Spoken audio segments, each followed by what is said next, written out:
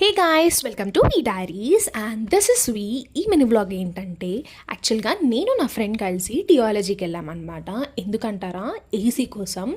AC ఓసీగా వస్తుంది కాబట్టి వెళ్ళాము. అండ్ ఇక్కడ temperature, oh my God guys, like ఇట్లా 1 minute ఫ్యాన్ ఆఫ్ చేసినా కూడా స్వెట్తో స్నానం చేసినట్టు అయిపోతుంది.